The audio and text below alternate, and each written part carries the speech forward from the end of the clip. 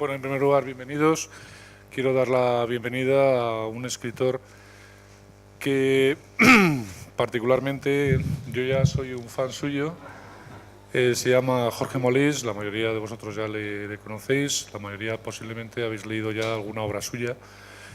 Y pues hoy ha venido a presentar su último trabajo, que es Tiempo de cenizas. Y en la portada ya pues podemos hacernos una idea de lo que más o menos va a tratar, que es de un hombre libre frente al poder de los Borgia. Jorge Molís tiene no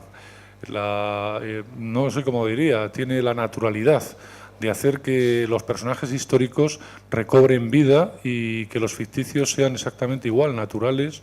Es impresionante cómo mueve las figuras, cómo las llena de músculo, de tendones y te recreas totalmente. Yo he tenido la sensación de estar viviendo en esa época, y lo digo de verdad, he estado viviendo en esa época con el hilo conductor, que es el personaje principal, que ya muchos conocéis, Joan Serra, ya sabéis de la novela anterior de Prométeme que serás libre. Aquí le vamos a ver a Joan Serra, otra vez de hilo conductor de la novela, y nos va a llevar desde a su librería, que es el centro neurálgico un centro neurálgico donde se va. Pues es una librería además muy especial, ¿no? Es enorme, grande, está diseñada no solo por él, que tiene ya mucha experiencia en librerías, sino también le va a ayudar Maquiavelo, uno de los personajes muy interesantes que va a aparecer, y su íntimo amigo Miquel Corella, que es el capitán de la Guardia del Vaticano. Son gente que sabe de política y Joan sabe de muchas cosas porque es un hombre auténtico del Renacimiento, es un hombre que se ha hecho a sí mismo y bueno, que además a medida que le vas conociendo en esta novela ya con su familia, con haber conquistado esos sueños que tenía en la anterior novela, en Prométeme que serás libre, ya tiene a su familia con él en la librería, tiene a su madre Eulalia, a su hermana María. Todos han pasado por experiencias muy difíciles y eso tal vez es lo que les hace tan humanos, que te llegan absolutamente todos. Una cosa que me ha llamado mucho la atención en Jorge Molís es la forma en que distribuye los capítulos, que son bastante cortos, de 4 a 6 páginas más o menos, y son en este caso tenemos 134, y eso genera una movilidad, una acción que te mantiene constantemente pendiente de lo que va a ocurrir, maneja la intriga estupendamente bien a través de los diálogos, y cada personaje se le reconoce por la palabra que dice o la frase que dice. Otra cosa que me encanta, algunos amigos están aquí, saben que soy un pirrao de los diálogos, y Jorge Molís lo hace genialmente bien, es un maestro de los diálogos, y luego las descripciones que hacen son las adecuadas. Bueno, yo debo de confesar que a mí me encanta la historia, aunque no toda la historia, porque de chico eso de aprenderme las fechas y los nombres y tal lo llevaba fatal, ¿no? Pero claro, si aquí hay alguien que no le guste particularmente la historia, dirá, bueno, y porque a ti te gusta la historia, te da derecho a soltarnos un tocho de 704 páginas. Digo, bueno, vamos a ver, yo he escrito este libro, no solo para quien le guste la historia, sino particularmente para quien no le guste la historia.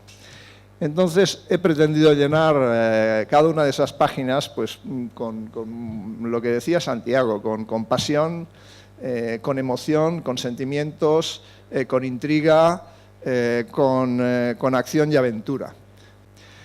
Voy a hablar de los hechos históricos. Ese tiempo es, en mi opinión, el momento más brillante de la historia de España.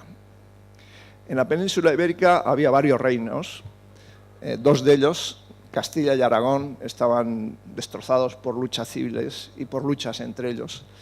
No contaban para nada en la Europa de la época y de repente con Isabel y Fernando se juntan y pasan a protagonizar unas hazañas que asombran al mundo, como la conquista de Granada, 1492. Solo en ese mismo año es la conquista de Granada, el descubrimiento de América, se recupera el norte de Cataluña, que estaba ocupado por los franceses desde hacía 30 años y no pensaban devolverlo, y pocos años después se conquista Nápoles con el Gran Capitán.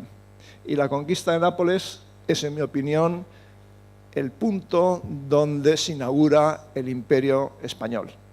Y esos reinos que no contaban para nada, de repente pasan a ser, con España, la potencia dominante en Europa, después de ganarle a Francia, que eran los grandes de la época, 2 guerras.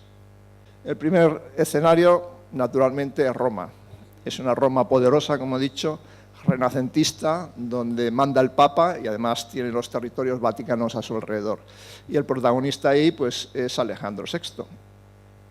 Alejandro VI fue un santo padre, que en realidad fue muy padre y poco santo. Muy padre porque tuvo 7 hijos.